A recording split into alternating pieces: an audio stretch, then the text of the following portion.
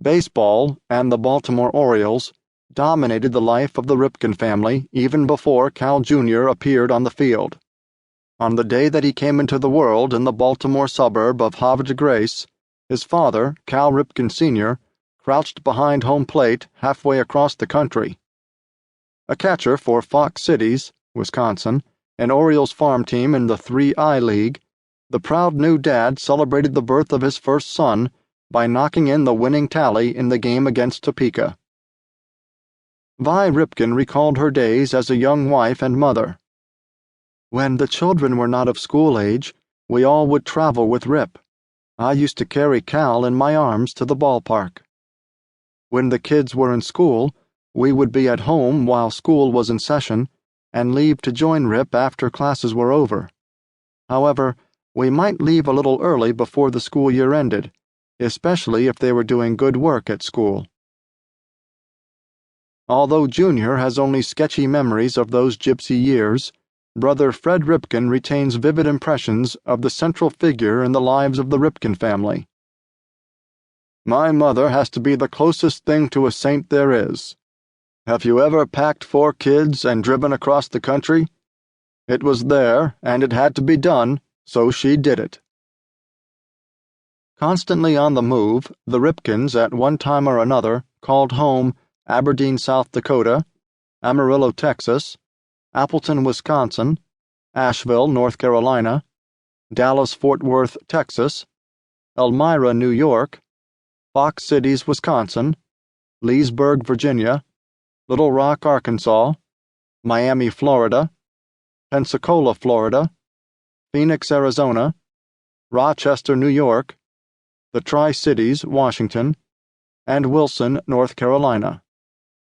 Rip played for 9 towns in 8 years.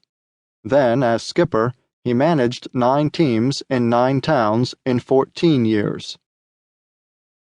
Despite all its relocations, the Ripken family always seemed to return to Aberdeen, Maryland.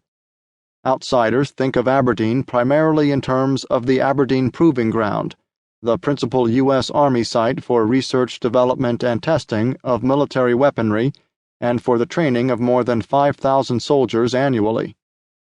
But Aberdeen has its own identity, separate from the military. The little town lies in southeastern Harford County, near the head of the Chesapeake Bay. Aberdeen inhabitants emphasize the friendliness of the town, the charm of the Victorian homes, and the hard-working citizens. The community also takes pride in being the Ripkens' home for more than 50 years. Vi and Cal Ripken Sr. have lived in a split-level home on Aberdeen's Clover Street, only a few hundred yards from the Amtrak station, for more than 30 years. They raised a family in that healthful environment where the children could play ball and ride bikes. In the summer, the youngsters could escape to the dark but friendly woods across Clover Street to erect forts or to blaze trails. They had an isolated pond for swimming and a woodland stream for fishing. If good fortune brought them crayfish, they would peel them for broiling on a makeshift grill from an abandoned refrigerator.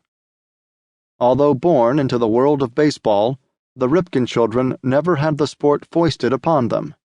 Rip insisted that he never forced baseball on either Cal Jr. or Billy. Those decisions were made by them. Vi agreed. "Ever since Cal was old enough to talk, Cal always wanted to be a ball player," she said.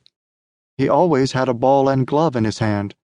He was pretty good in mathematics, but once the scouts started flocking around, I think college went out of his head."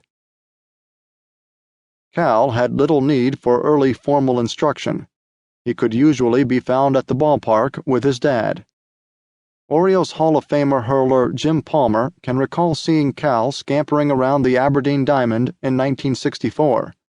The child took the field at 3, wearing an oversized cap, a team T-shirt, and a flaccid glove, and carrying a plastic bat and the ball. As soon as the Ripken children could toddle, Vi shepherded them to the ballpark to watch their father's home games. While Rip showered and dressed after the game,